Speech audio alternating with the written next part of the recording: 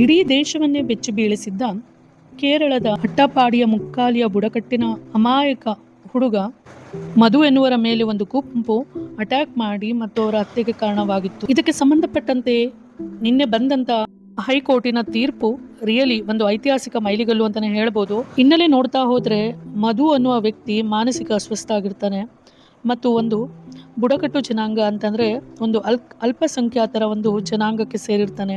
ಆತನನ್ನು ಸುಮ್ಮನೆ ಕಳ್ಳ ಎಂದು ಹೇಳಿ ಆತನನ್ನು ಸಿಕ್ಕಾಪಟ್ಟೆ ಹೊಡೆದು ಕೊನೆಗೆ ಹತ್ಯೆನೇ ಮಾಡ್ಬಿಡ್ತಾರೆ. ಇದು ನಡೆದು ಸುಮಾರು 8 ವರ್ಷಗಳು ಕಳೆದು ಮಹತ್ವದ ತೀರ್ಪನ್ನ ನಾವು ಶ್ಲಾಘನೀಯ ಮಾಡಲೇಬೇಕು. 8 ವರ್ಷಗಳ ಕಳೆದ ನ್ಯಾಯ ಸಿಕ್ಕಿಲ್ಲ ಅನ್ನೋ ಒಂದು ಮಧು ಅವರ ಮನೆಯವರಿಗೆ ತುಂಬಾ ನೋವಿತ್ತು. ಸೊ 8 ವರ್ಷಗಳ ಬಳಿಕ ಕೇರಳದ ಹೈಕೋರ್ಟ್ ಒಂದು ಮಹತ್ವದ ತೀರ್ಪನ್ನು ಕೊಡ್ತು. ಈ ಪ್ರಕರಣಕ್ಕೆ ಸಂಬಂಧಪಟ್ಟ 12 ಮಂದಿಗೆ ಗಲ್ಲು ಶಿಕ್ಷೆಯನ್ನು ಕೊಡಲಾಯಿತು.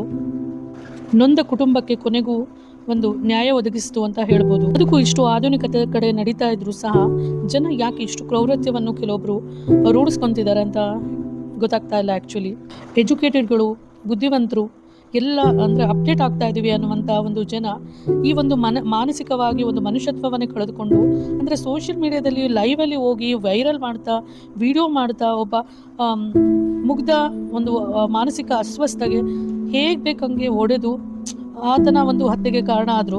ಇದರಲ್ಲಿ ನೋಡ್ತಾ ಹೋದರೆ ಅವರೆಲ್ಲ ಮೇಲ್ಜಾತಿಯವರು ಅನ್ನೋ ರೀತಿ ಕಂಡು ಬರ್ತಾರೆ. ಸೊ ಕೀಳು ಜಾತಿ ಅಂದರೆ ಕಡಿಮೆ ಜಾತಿಯ ಮತ್ತು ಅಲ್ಪಸಂಖ್ಯಾತರ ಮೇಲೆ ಈಗಲೂ ಈ ರೀತಿಯ ದೌರ್ಜನ್ಯ ನಡೀತಾ ಇರೋದು ರಿಯಲಿ ತುಂಬಾ ಒಂದು ಬೇಜಾರಾಗುತ್ತೆ.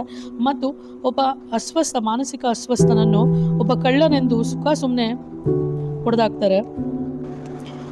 ಸಾಧಾರಣ ನ್ಯಾಯಾಲಯದಲ್ಲಿ ಸಾಕಷ್ಟು ಸಡಿಲವಾದ ಒಂದು ತೀರ್ಪನ್ನು ಕೊಟ್ಟಿರ್ತಾರೆ. ಹೈಕೋರ್ಟ್ ಕೊಟ್ಟಂತ ಒಂದು ಕಠಿಣವಾದ ಶಿಕ್ಷೆಯನ್ನ ಒಂದು ಸಮಾಜದ ಒಳಿತಿಗಾಗಿ ಅಂತ ಅಂದ್ಬಿಟ್ಟು ನಾವು ಹೇಳ್ಬೋದು.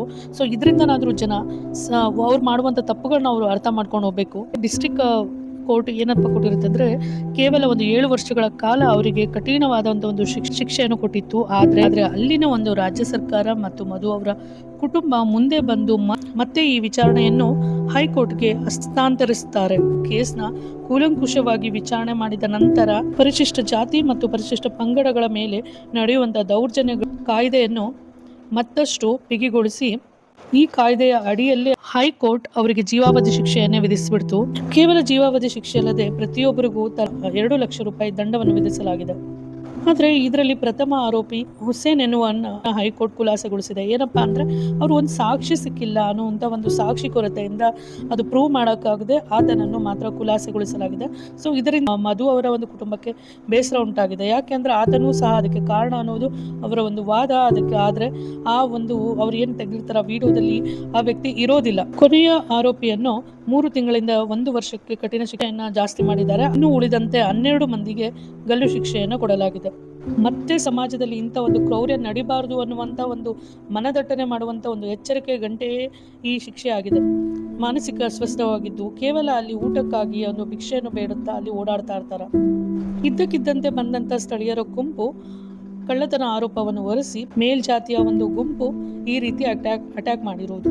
ಹುಡುಕಿಕೊಂಡು ಹೋಗಿ ಆತನ ಕೈಗಳನ್ನು ಕಟ್ಟಿ ಹಾಕಿ ವಿಡಿಯೋ ಮಾಡುತ್ತಾ ಮಾರಣಾಂತಿಕ ಹಲ್ಲೆಯನ್ನು ನಡೆಸಿಬಿಟ್ರು. ಅಷ್ಟೇ ಅಲ್ಲ, ಈ ವಿಡಿಯೋಗಳನ್ನ ಸಾಮಾಜಿಕ ಜಾಲತಾಣಗಳಲ್ಲಿ ಹಂಚಿಕೊಂಡು ತಮ್ಮ ಒಂದು ವಿಕೃತ ಮನಸ್ಸನ್ನ ತೋರಿಸ್ಕೊಂಡಿದ್ರು. ತದನಂತರ 3 ಕಿಲೋಮೀಟರ್ ತನಕ ಆತನನ್ನು ಮೆರವಣಿಗೆಯಲ್ಲಿ ತಂದು ಪೊಲೀಸರಿಗೆ ಒಪ್ಪಿಸ್ತಾರೆ. ತೀವ್ರವಾದ ಒಂದು ಆಂತರಿಕ ಗಾಯಗಳಾಗಿದ್ದು ಆತ ಪೊಲೀಸ್ ವಾಹನದಲ್ಲೇ ಪ್ರಾಣವನ್ನು ಕಳ್ಕೊಳ್ಬೇಕಾಗುತ್ತೆ. ಮರಣೋತ್ತರ ಪರೀಕ್ಷೆ ನಡೆಸಿದ ಪೊಲೀಸರಿಗೆ ಗೊತ್ತಾಗಿತ್ತು ಅವರ ಒಂದು ದೌರ್ಜನ್ಯದ ಹೊಡೆತಗಳು ಯಾವ ರೀತಿ ಒಂದು ಹೊಡೆತ ಬಿದ್ದಿತ್ತು ಅಂದ್ರೆ ಆತನ ಪ್ರಾಣ ಪಕ್ಷಿ ಹಾರಿ ಹೋಗಲು ಆ ಹೊಡೆತಗಳೇ ಒಂದು ಕಾರಣ ಅಂತ ಪೊಲೀಸರಿಗೆ ಮನದಟ್ಟಾಗುತ್ತೆ. ಕೇರಳ ಹೈಕೋರ್ಟ್ ಇದನ್ನೆಲ್ಲ ಕೂಲಂಕುಷವಾಗಿ ವಿಚಾರಣೆ ನಡೆಸಿ STSC ಕಾಯ್ದೆಯನ್ನು ಸಹ ಎತ್ತಿ ಹಿಡಿದಿದೆ ಅಂತ ಹೇಳ್ಬೋದು. ಸಾಧಾರಣ ನ್ಯಾಯಾಲಯದಲ್ಲಿ ಸಿಕ್ಕಂತ ಒಂದು ಕಡಿಮೆ ಶಿಕ್ಷೆಯನ್ನ ಹೈಕೋರ್ಟ್ STSC ಕಾಯ್ದೆ ಅಡಿ ಅದನ್ನು ಇನ್ನಷ್ಟು ಬಿಗಿಗೊಳಿಸಿ ಶಿಕ್ಷೆಯನ್ನು ಹೆಚ್ಚಿಸಿದೆ. ಸಾಮಾಜಿಕ ತಾರತಮ್ಯ ಮಾಡುವಂತ ಇನ್ನೂ ಒಲಸು ಮನಸ್ಸನ್ನು ಇಟ್ಕೊಂಡಿರುವಂತ ಕೆಲವೊಬ್ಬ ವ್ಯಕ್ತಿಗಳಿಗೆ ಈ ಒಂದು ತೀರ್ಪಿನಿಂದ ಎಲ್ಲರೂ ಒಂದೇ ಎನ್ನುವಂತ ಒಂದು ಮನಸ್ಥಿತಿಯ ಒಂದು ಬೆಳವಣಿಗೆ ಮಾಡುವಂತ ಕಾನೂನನ್ನು ನಿರ್ಲಕ್ಷಿಸಿ ಅಪರಾಧಿಗಳು ತಾವೇ ಬುದ್ಧಿವಂತರು ಎಂದು ವಿಡಿಯೋ ಮಾಡಿಕೊಂಡು ಸಾಮಾಜಿಕ ಜಾಲತಾಣಗಳಲ್ಲಿ ಹಂಚಿ ಸಾಕಷ್ಟು ಸಂತೋಷ ಪಟ್ಟಿದ್ರು. ಬಟ್ ಆ ಒಂದು ಸಂತೋಷ ಅವರ ಒಂದು ಕುತ್ತಿಗೆಗೆ ಉರುಳಾಯಿತು ಅಂತ ಹೇಳ್ಬೋದು. ಅದೇ ಒಂದು ಡಿಜಿಟಲ್ ಸಾಕ್ಷಿಗಳು ಜೀವಕ್ಕೆ ಕುತ್ತನ್ನು ತಂತು. ವಿಷಯದಲ್ಲಿ ಮತ್ತೆ ಈ ರೀತಿ ಒಂದು ತಪ್ಪು ಯಾರಿಂದನೂ ಆಗಬಾರ್ದು. ಇದೊಂದು ಬಲವಾದ ಎಚ್ಚರಿಕೆಯ ಒಂದು ಸಂದೇಶ ಅಂತ ಹೇಳ್ಬೋದು. ನೊಂದ ಬುಡಕಟ್ಟು ಜನಾಂಗದವರಾಗಿರ್ಬೋದು ಅಥವಾ ಪರಿಶಿಷ್ಟ ಜಾತಿ ಪರಿಶಿಷ್ಟ ಪಂಗಡ ಯಾರೇ ಆಗಿರ್ಬೋದು, ಪ್ರತಿಯೊಬ್ಬರಿಗೂ ಮರ್ಯಾದೆ ಮತ್ತು ಅವರ, ಏಕೆಂದರೆ ಎಲ್ಲ ಮನುಜರು ಒಂದೇ, ಎಲ್ಲರಲ್ಲೂ ಹರಿಯುವ ಒಂದು ರಕ್ತ ಒಂದೇ ಮತ್ತು ಎಲ್ಲರೂ ಸೇವಿಸುವ ಗಾಳಿ ನೀರು ಒಂದೇ ಅಂದಮೇಲೆ ಎಲ್ಲ ಮನುಷ್ಯರನ್ನು ಒಂದೇ ರೀತಿ ಅಂತ ನೋಡುವಂಥ ಒಂದು ಮನಸ್ಥಿತಿ ಎಲ್ಲರಲ್ಲೂ ಬರಬೇಕು. ಅಪರಾಧಿಗಳು ಎಷ್ಟೇ ಒಂದು ಪ್ರಭಾವಿಗಳಾಗಿದ್ರೂ ಸಹ ಶಿಕ್ಷೆಯಿಂದ ತಪ್ಪಿಸ್ಕೊಳ್ಳೋಕ್ಕಾಗಿಲ್ಲ. ಐತಿಹಾಸಿಕ ತೀರ್ಪಾಗಿದ್ದು, ಒಂದು ಕಾನೂನಿನ ಒಂದು ಭಯದಿಂದನಾದರೂ ಒಂದು ಪ್ರತಿಯೊಬ್ಬ ಮನುಷ್ಯನಿಗೂ ಸಿಗಬೇಕಾದಂಥ ಒಂದು ಸಲ್ಲಬೇಕಾದಂಥ ಒಂದು ಗೌರವ ಪ್ರತಿಯೊಬ್ಬರಿಂದ ಬರಬೇಕಾಗುತ್ತೆ. ಯಾಕಂದರೆ ಶ್ರೀಮಂತರು ಮತ್ತು ಮೇಲ್ಜಾತಿ ಎನ್ನುವಂಥ ಒಂದು ಜನರು ಏನು ಮಾಡ್ತಾರೆ ಅಂದರೆ, ಪರಿಶಿಷ್ಟ ಜಾತಿ ಪರಿಶಿಷ್ಟ ಪಂಗಡ ಮತ್ತು ಬುಡಕಟ್ಟು ಜನಾಂಗದವರನ್ನು ಅತ್ಯಂತ ಒಂದು ಕೀಳ್ಮಟ್ಟದಲ್ಲಿ ನಡೆಸ್ಕೊಳ್ತಾರೆ. ಹಸಿವಿನಿಂದ ಪರದಾಡುತ್ತಿದ್ದಂಥ ಒಬ್ಬ ಅಸಹಾಯಕ ಬುಡಕಟ್ಟು ಜನಾಂಗದ ಮದುಗೆ ಈ ರೀತಿ ಅನ್ನ ಕೊಡುವ ಬದಲು ಈ ರೀತಿ ಥಳಿಸಿರುವುದು ಎಷ್ಟರ ಮಟ್ಟಿಗೆ ಒಂದು ಕೃತ್ಯ ಅಂತ ಅಂದ್ಬಿಟ್ಟು ದಯವಿಟ್ಟು ನಿಮಗೇನನ್ಸುತ್ತೆ ಈ ಒಂದು ಘಟನೆಯ ಬಗ್ಗೆ ಕಮೆಂಟ್ ಮಾಡಿ. ಸಮಾಜದಲ್ಲಿ ಕೆಲವೊಬ್ಬರು ಮಾನವೀಯತೆಯನ್ನೇ ಮರೆತು ಬಿಟ್ಟಿದ್ದಾರೆ ಅನಿಸ್ತಾ ಇದೆ. ನನ್ನ ವಿಡಿಯೋ ಲೈಕ್ ಆಗಿದ್ರೆ ದಯವಿಟ್ಟು ಲೈಕ್ ಕೊಡಿ, ಕಮೆಂಟ್ ಮಾಡಿ. Thank you so much for watching the video. Thanks a lot.